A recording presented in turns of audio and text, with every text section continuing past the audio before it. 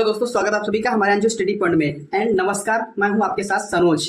मैं आज आप लोगों के बीच में उपस्थित हूँ छोटे से टॉपिक के साथ। आज हम डिस्कशन करेंगे भारत की खोज के बारे में। आखिर भारत की खोज किसने और कब और किस सन में किया गया था। बहुत लोगों ने से पढ़ा होगा, सुना होगा वास्को डी गामा और कोलंबस के बारे में। बहुत लोग तो कहते हैं कोलंबस ने किया है, बट बात यह है कि जब हमारी भारत की खोज की जा रही थी तो कोलंबस जो था वो भारत की खोज करते करते वो अमेरिका चला गया था। कहाँ चला गया था? अमेरिका चला गया था। और फिर जो कोलंबस था ये बहुत ही होनहार था, लेकिन गलती हो जाती है, सभी से गलती हो जाती है भारत की खोज करते करते। और हमारा जो श्रेय जाता है ये वास्को डी गामा को जाता है, क्योंकि ये भारत की खोज इन्होंने नहीं की है, लेकिन इन्होंने भारत तक पहुंचने का नाविक यानी समुद्री तल से जो रास्ता था उसकी खोज इन्होंने की। उसी के जरिए भारत पहुंचे थे। तो दोस्तों, वास्को डी गामा का जन्म पुर्तगाल में 1460 ईस्वी में हुआ था।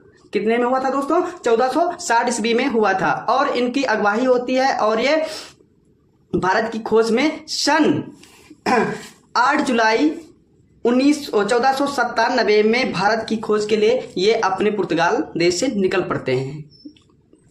8 जुलाई 1497 ईस्वी में ये भारत की खोज के लिए समुद्री रास्ते से भारत की खोज के लिए ये अपनी सेना के साथ निकल पड़ते हैं। ये 10 महीने बाद, लगातार 10 महीने बाद ये अफ्रीका के एक राज्य पहुंचते हैं। वहां से ये भारत की खोज का एक षड्यंत्र और एक प्लान बनाते हैं। आखिर ये भारत है कहाँ? ये भारत तब वहां पर आकर के ये अच्छा, एक बात और है, ये भारत सभी लोग आना क्यों चाहते थे? भारत सभी लोग आना इसलिए चाहते थे क्योंकि हमारे भारत देश में, हमारे इस भारत की मिट्टी में बहुत तरह बेतरह के मसालों का उपजाऊ होता था, क्रांति थी और कृषि प्रधान था हमारा ये भारत। इसलिए सभी हमारे भारत की खोज के लिए परेशान होया करते थे। तो जब अफ्रीका के एक ही टाउन में जब अफ्रीका के राज्य मुशम्बा पहुंचे थे और 20 मई 1998 में केरल की कालीकट बंदरगाह पहुंचे थे।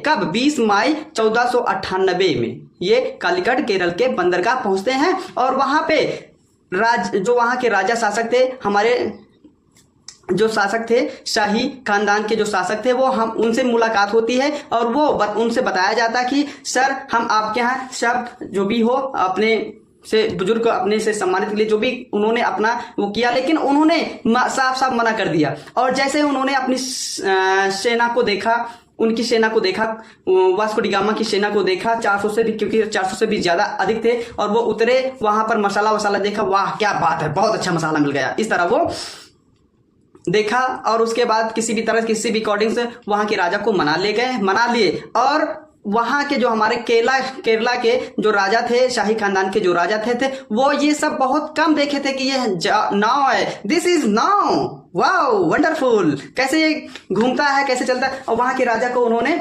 बैठाया नाव में, समुद्र में वो घुमाए, वाह क्या, जो भी अपने उनकी भाषा में उन्होंने ये सब बताया। ठीक है। उसके बाद राजा के रानियों को बैठाया और बढ़िया से अच्छे से घुमाया समंदर में, वाह वंडरफुल, बहुत अच्छा है, बहुत अच्छे से वास्को डी गामा को वहां पे नवाजा गया, बहुत अच्छे से उनका मेहमानी नवाजी की गई थी। और जब चलते समय, वापस आते समय, वो अपनी मसाला से उनका नाव कस के अच्छे से भर के विदाई करते हुए, और कहते हैं कि कहा जाता है कि वास्को डी गामा की जो नाव थी, उस नाव के भी बावजूद भी रस्सियां बांध करके पीछे उस नाव के 4-5 नाव छोटी छोटी बांधी गई थी, मसाला से भरा था। क्योंकि वो वहां अपने भारत से ले जा करके पुर्तगाल जब पहुंचे, वहां पर उस मसाला को 1 गुना नहीं 190 गुना से भी ज्यादा वो मुनाफा कमाया करते थे उस मसाला से। तो दोस्तों, भारत की खोज कब हुई थी?